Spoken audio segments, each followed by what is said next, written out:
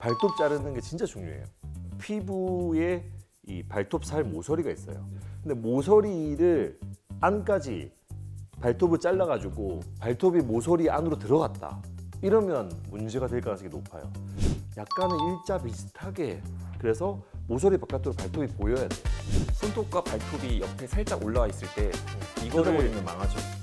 이렇게 뽑으면은 깔끔하게 없어지는데 아니, 깔끔하게 없어지다가 잘못 만약에 뜯다가 여기 모서리에서 안에 속에서 반쯤 뜯어졌다. 그러면 그때부터는 내성 손톱의 세계로 들어오는 거야. 그렇군요. 주의해야겠습니다.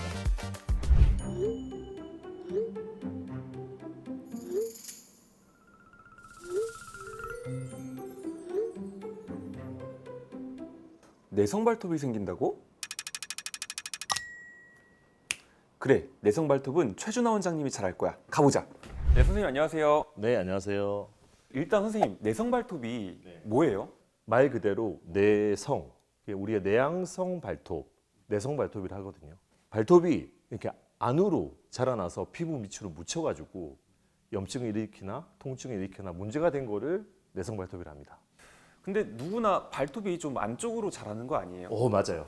누구나 사람들은 다 안쪽으로 조금씩은 이렇게 자라 있어요. 근데 내성 발톱이 잘 생기는 사람들은 우리가 집게 발톱이라고, 요 정도라면 발톱이 아예 이렇게 깊게 커브가 많이 져가지고 안으로 많이 파고든 사람들이 유독 있는 사람들이 있어요. 그런 사람들은 내성 발톱이 잘 생기죠. 근데 꼭 그런 사람들만 내성 발톱이 생기진 않고, 보통의 발톱인데 잘못 관리를 해가지고 대부분 내성 발톱이 생깁니다. 그러면 뭔가 선천적인 것보다는 좀 후천적인 내 습관 뭐 이런 것 때문이 더 강한 걸까요? 제가 봤을 때는 한 80% 이상은 습관, 그리고 성격, 그리고 뭐 환경, 그리고 나한테 좀 문제가 있다. 그러니까 본인한테 잘못 관리를 하고 잘못 습관적으로 쓰고, 그리고 무의식적으로 무언가를 계속 잘못하고 있는 것들이 문제를 일으킨 겁니다. 어떤 습관들이 그렇게 만드는 거예요? 잘못 잘라가지고. 어릴 때 저도 이 발톱이나 손톱을 바짝 자르라고 이렇게 잘라줬거든요. 근데 이제 너무 이렇게 바짝 자르다 보면 이 모서리가 날카로워져요. 맞아요. 근데 날카로운 게 우리 살을 찔러가지고, 그래서 내성 발톱 생기는 경우가 진짜 많아요. 그리고 또 뭔가 찌르는 것 같은 느낌이 들어서 그 느낌을 예민한 사람들은 참지 못해. 그래서 계속 만져. 그러면서 우리 손에 균들이 많잖아요.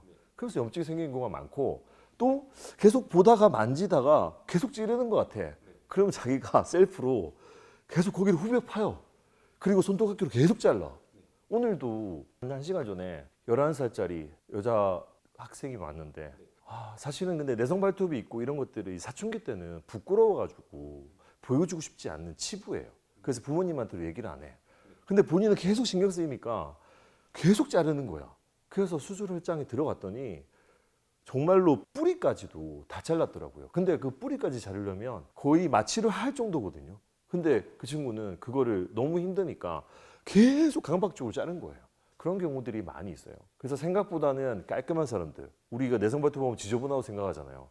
근데 뭔가 지저분한 걸 싫어하거나 뭔가 찌르는 것 같은 이런 것들에 예민한 사람들이 내성 발톱이 잘 생기는 것 같아요. 그러면 그런 분들을 치료는 어떤 식으로 이루어지는 거예요? 그런 분들은 마음을 치료해 주죠, 이렇게. 농담이고. 대부분은 저희 병원에 올 정도면 막 고름이 터지고 진물이 나고 육아 중이라고 막 염증 덧살이 생겨가지고 오는 경우들이 많이 있거든요. 그래서 그런 경우에는 국소 마취를 해가지고 염증을 다 긁어내고, 요즘에는 이제 치아 교정기처럼 교정을 하는 시술이 발달해서 내성 발톱도 이렇게 많이 구부러진 게 교정기를 끼게 되면 이렇게 되거든요. 그럼 이렇게 자라나진 않고 요게 약간 이렇게 자라나요. 그래서 잘 관리하고 만지지 않고 발톱 깎는 걸 잘 유지하면 내성 발톱 재발률은 많이 떨어지는 것 같아서 꽤 괜찮은 시술들이 있습니다. 선생님, 그러면 이 발톱이라는 거 어떻게 깎아야 돼요? 발톱 자르는 게 진짜 중요해요. 피부에 이 발톱 살 모서리가 있어요. 근데 모서리를 안까지 발톱을 잘라가지고 발톱이 모서리 안으로 들어갔다. 이러면 문제가 될 가능성이 높아요. 그럼 자르다가 우리가 잘 안 보이니까 끝이 날카로워진다니까요. 그러면 살에 묻히잖아요. 그러다 운동하거나 계속 만지거나 그러면 바로 그냥 염증이 생기는 거예요. 그래서 자를 때 이 모서리 바깥으로 나오게 꼭 일자가 아니더라도 너무 컵으로 각져서 이렇게 안으로 자르지 않고 약간은 일자 비슷하게, 그래서 모서리 바깥으로 발톱이 보여야 돼요. 그러면 이렇게 발톱이 보일 때 네. 이렇게 하얀 부분이 네, 끝에 남잖아요. 근데 하얀 끝에? 부분이 양 끝에 이렇게 있다고 치면 저는 그거를 자르고 싶어가지고 자르고 싶죠. 대부분 자르고 싶고 그게 깨끗해 보이고 싫죠. 근데 좀 남겨야 돼요. 그래서 겉에서 끝이 보여야 돼요. 아, 네, 그래서 우리가 교과서에 보면 딱 첫 번째 시로가 무엇이냐, 발톱 자르는 거를 일자로 잘라라. 근데 저기 처음에는 어릴 때 그 일과대학 때는 그게 이해가 안 됐거든요. 근데 계속 환자들 보니까 무조건 알겠어. 일자로 과하게 잘라라. 근데 안 예뻐요. 일자로 자르면 너무 투박해 보이고 발톱이. 하지만 뭐 뇌성 발톱에 고생하는 친구들은 꼭 일자로 자르는 습관을. 그렇지만 이 일자라고 하는 게 어. 정말 일자가 플랫한 일자가 있고 살짝 둥근 아니 일자가 근데 있다고 우리 치면 보통 손톱깎이, 발톱깎이가 네. 약간 커브 돼 있어가지고 절대 일자로 자를 수 없어. 무슨 얘기냐면 약간 커브져 있잖아요. 그래서 자르면 그냥 이렇게 각만 안 주면 돼. 그냥 일자로 자르면 알아서 이렇게 잘려요. 그래서 각을 줘서 이렇게 바짝 이렇게 자르지 말고 그냥 앞에 나와 있는 거, 제일 나와 있는 거 긴 거 거기 탁 자르면 돼. 쉽죠? 그래서 코너 줘서 바짝 돌려깎기를 하지 말라는 얘기예요. 근데 많이들 그러죠. 저도 그러는데. 저도 그래요. 그러면 이렇게 흰색이 가운데만 좀 없어지는 정도까지 길이만 자르면 될까요? 그렇죠. 그냥 너무 앞을 많이 내밀 필요도 없고 그냥 살짝 흰색이 살짝 보이는 정도. 그러면 흰색이 보인다는 거는 살에서 좀 나왔다는 얘기잖아요. 원래 그게 좋은 거예요. 근데 그렇게 네모나게 자르고 나면 양 끝에가 좀 뾰족하게 느껴질 때가 있잖아요. 양말이 구멍이 뚫릴 것 같은 느낌? 네, 그래서 자꾸 손에 가고 이러는데 네, 이런 경우에는 혹시 그 느낌이 그 성격이라니까요. 구멍 잘 안 뚫려요. 일단은 핵심은 모서리에 발톱이 나와야 돼. 살에 파묻혀가지고 발톱이 안 보이면 안 돼. 그 하얀 게 살짝 끝에가 살짝 돌려 깎아서 살짝 부드럽게 만들어도 돼요. 하지만 그게 끝이 안 보이는 수준까지 바짝 자르면 그때부터는 난리가 날 수도 있어. 그렇습니다. 내성 발톱 얘기를 듣다 보니까 제가 갑자기 궁금한 게 손톱은 또 어떻게 잘라야 되는지 이것도 혹시 좀 팁이 있을까요? 내성 손톱은 더 간단해요. 왜냐면 내성 손톱은 정말로 막 이렇게 휜 사람들이 많이 없어. 그럼 대부분 습관이에요. 그래서 똑같아. 바짝 자르지 말고, 뜯지 말고, 물지 말고, 만지지 말고. 그게 다예요. 손톱과 발톱이 옆에 살짝 올라와 있을 때 이거를 뜯어버리면 망하죠. 이렇게 뽑으면은 깔끔하게 없어지는데 아니 깔끔하게 없어지다가 잘못 만약에 뜯다가 여기 모서리에서 안에 속에서 반쯤 뜯어졌다. 그러면 그때부터는 내성 손톱의 세계로 들어오는 거야. 그렇군요. 주의해야겠습니다. 근데 사실 저도 많이 뜯거든요. 이 보면 어느 순간 내가 안 잘랐는데 막 짧아요. 이거 뜯는 경우예요. 그래서 우리가 뜯는 거 굉장히 이 손톱 만지고 뜯는 거 물고 이런 사람들이 되게 많은데 본인은 몰라요. 저도 그 습관이 있는 것 같아요. 왜냐면 내가 안 잘랐는데 어느 순간 계속 막 부러져 있고 잘라져 있어요. 그럼 저는 뜯거나 만지는 거거든요. 그래서 내성 손톱은 염증 안 생기려면 그런 습관들을 좀 자제하는 게, 그래서 신경 쓰는 게 굉장히 좋습니다. 혹시 뭐 다른 원인들 내가 모르는 무심결에 하는 습관이 내성 발톱을 악화시킨다 이런 것들도 있을까요? 내성 발톱은 압력이랑 관계가 있거든요.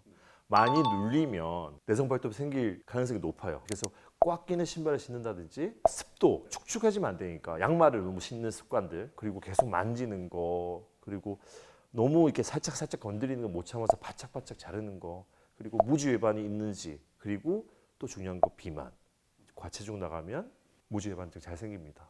그래서 적절한 체중을 유지하는 게 제가 정형외과 의사로서도 항상 예지하는 거. 내가 바꿀 수 있는 건 몇 가지 없는데 식단과 체중 유지, 운동 이런 것들이 가장 중요한 거고 기본인데, 뭐 식상하니까 사람들은 별로 중요하게 생각하지 않아요. 하지만 체중을 빼게 되면 내성 발톱도 안 생기고 뭐 성인병도 안 생기고 무릎 관절에도 좋고 그리고 외모도 좋아지고, 그래서 그런 것들을 신경 쓰는 게 좋을 것 같습니다. 네.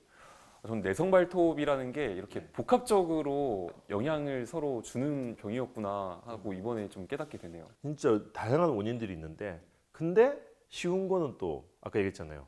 많은 원인들이 잘못 잘라서라니까. 그래서 자르는 것만 잘 잘라도, 그리고 너무 많이 만지는 것도 만지지 말고, 그리고 편안한 신발 신으면 요 세 개만 좀 신경을 쓴다면 저는 내성 발톱 거의 80% 90%는 안 생길 수 있다고 생각이 듭니다. 끝으로 우리 시청자분들께 한 줄 처방전 내려주시죠.